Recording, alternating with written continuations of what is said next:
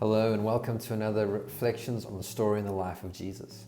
In today's video, we're going to be talking about authority, and in particular, authority with a purpose.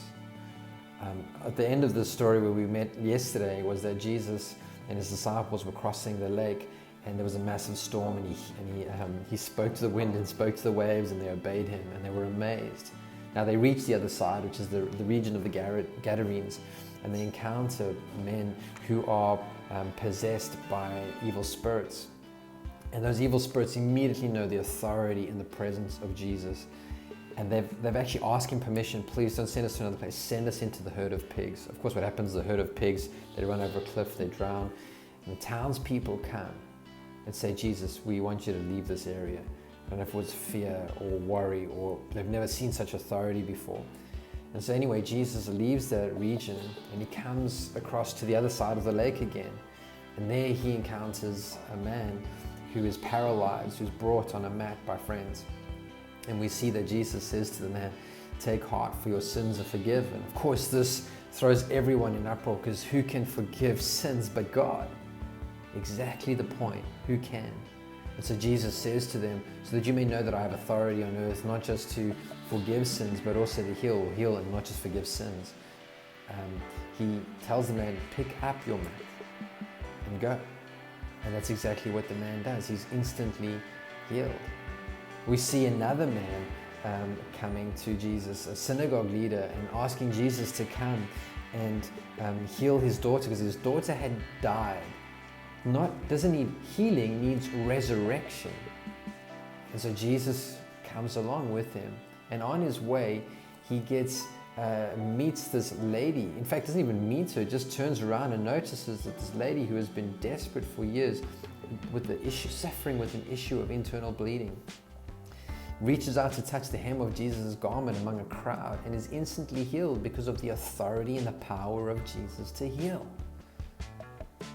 And he says to her daughter, your faith has made you well. But then he carries on to the synagogue leader's house. And there again, Jesus doesn't just have authority over evil spirits. He doesn't just have authority to heal. He doesn't just have authority to forgive sins, but he has authority to raise the dead. And all the people there are criticizing him and laughing him at the fact that he wants to raise his girl from the dead because he says she's just sleeping. But Jesus goes in and takes her by the hand, and she gets up. He has power over life and death. All authority is his. But how did he use this authority? And this is my reflection for today. He used his authority to heal the hurting, to bind up the broken, to set the captives free. He wants to set people free. He didn't use his authority to lord it over people. He used his authority to serve people and to make their lives better and to connect them to life abundantly, connect them to the source of life. And in the middle of all of these accounts of how Jesus is walking through the countryside and displaying his authority and teaching with authority, he's always making sure he's connecting to people, to individuals. He's not looking for a position in culture. He is looking for something so much greater than that. He values people. He values us. And we see the value that he has because he comes up to a man called Matthew. And we're actually reading Matthew's gospel. And Matthew's a tax collector, hated by his own people because he's collecting taxes for the people that have been oppressing his own nation. And so it's like, they're like sinners and tax collectors, and they are shunned by society.